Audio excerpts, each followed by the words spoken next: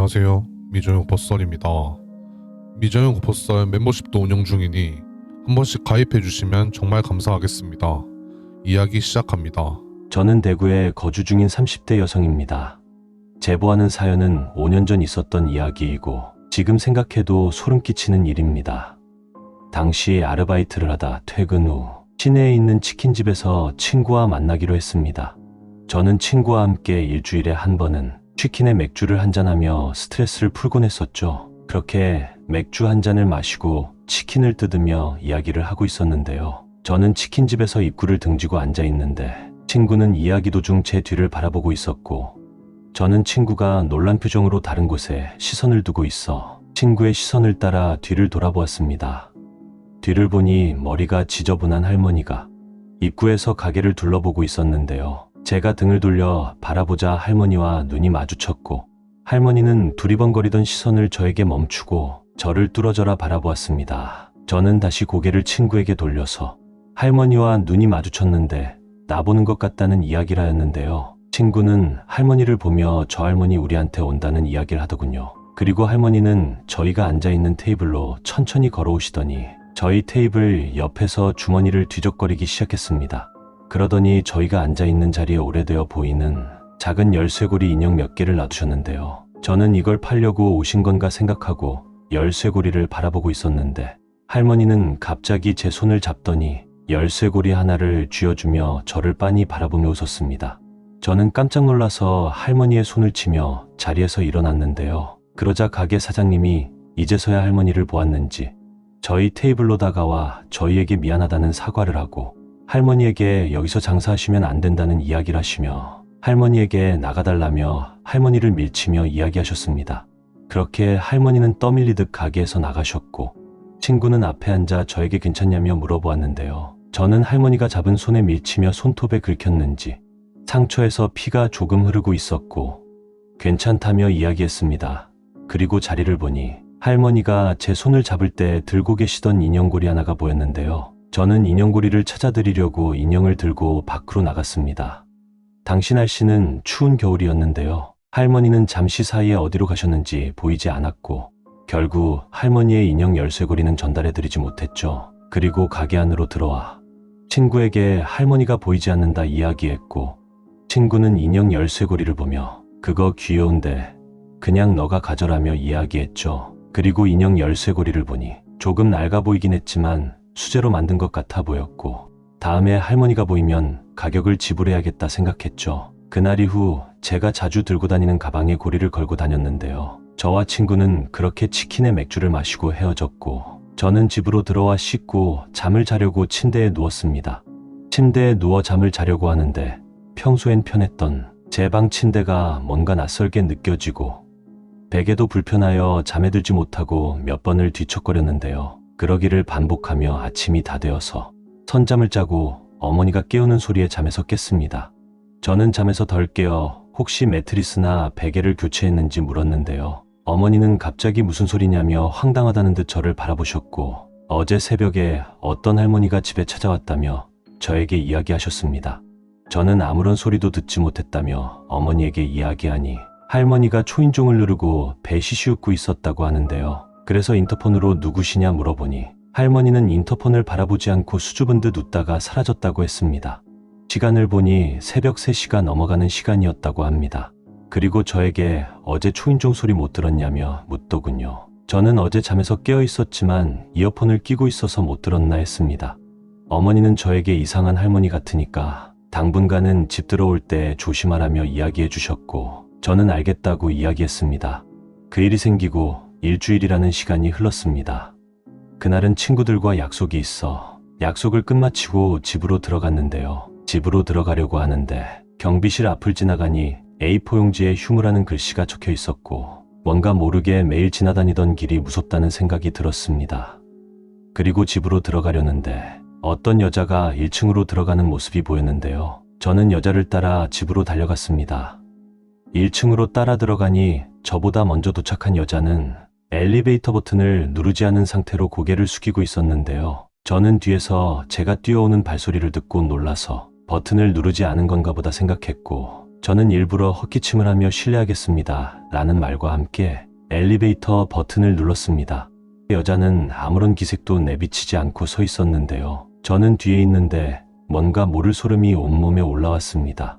뒤에 서서 앞에 있는 여자의 행색을 보니 신발도 신지 않은 채 발은 여기저기 긁혔는지 피투성이었고 머리 또한 떡이 진 채 허리까지 오는 긴 머리였는데요. 저는 이 여성분이 혹시 폭력을 당했나 생각도 했지만 검정색 긴 원피스에 처음 맡아보는 기분 나쁜 냄새가 코로 들어왔습니다.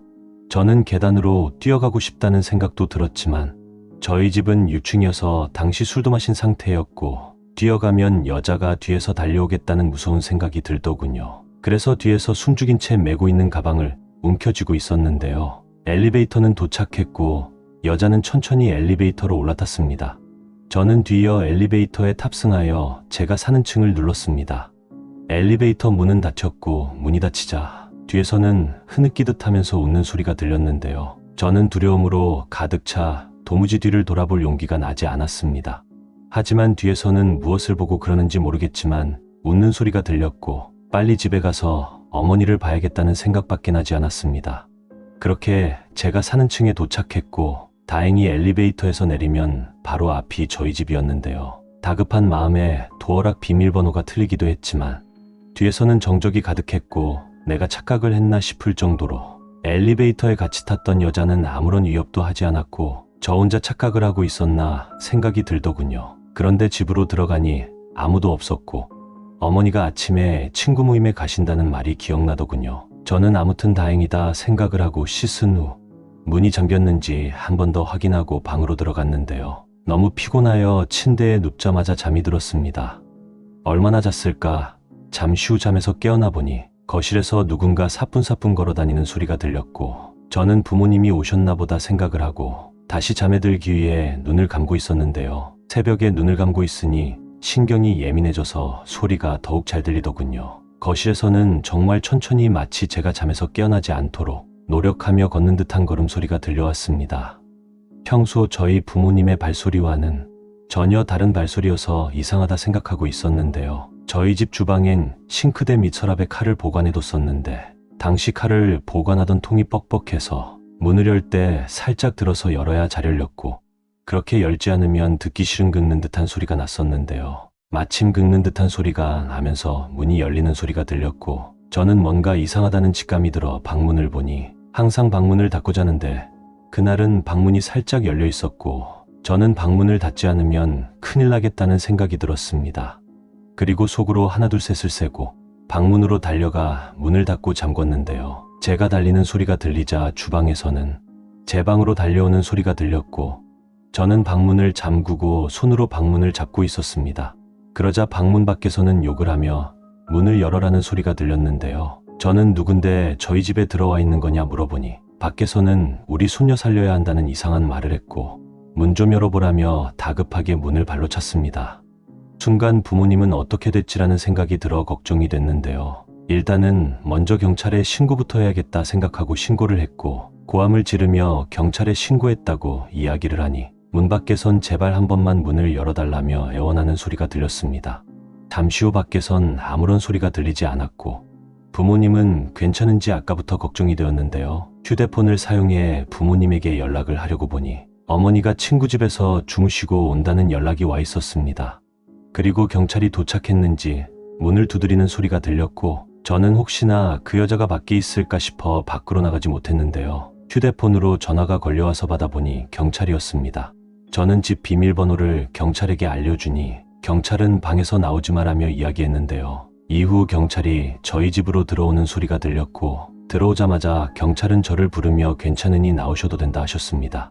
그리고 방에서 나갔고 저는 깜짝 놀랄 수밖에 없었는데요. 이미 여자는 경찰이 오기 전 집을 나간 상황이었고 제 방문 앞에는 알 수 없는 이상한 부적들이 여러 장이 붙어 있었는데 어딘가 익숙한 이상한 냄새가 났습니다.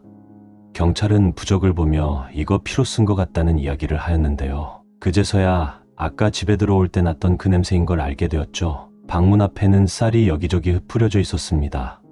이후 저는 경찰에게 그 여자를 신고했는데요. 아파트에서는 경찰이 CCTV를 추적하여 범인을 잡았는데 범인은 얼마 전 제가 치킨집에서 만났던 할머니였는데요. 할머니는 제가 집에 도착하기 훨씬 전부터 제가 살던 아파트에 도착해 있었습니다. 그리고 당시 제가 집에 들어갈 때 만났던 여자는 CCTV에서 보이지 않았고 저 혼자 엘리베이터를 타고 내렸는데요. 할머니는 저희 집에서 2시간 거리에 떨어진 지역에 살고 있었고 계속해서 정신이 나간 듯 혼잣말을 하며 중얼거리는 걸 반복하셨습니다. 이후 할머니는 정신적인 질환이 있다고 판명되어 치료감호소에 갔다고 들었고 아직도 당시 생각을 하면 소름 돋고 무서운 경험이었는데 당시 할머니가 저희 집을 어떻게 찾아서 들어올 수 있었는지 그리고 제가 봤던 검정색 옷을 입은 긴 머리에 피투성이의 맨발인 여자는 무엇인지 아직도 의문으로 남아 있습니다. 오늘 이야기 재밌으셨다면 가시기 전 구독, 좋아요 한 번씩 부탁드리겠습니다. 감사합니다.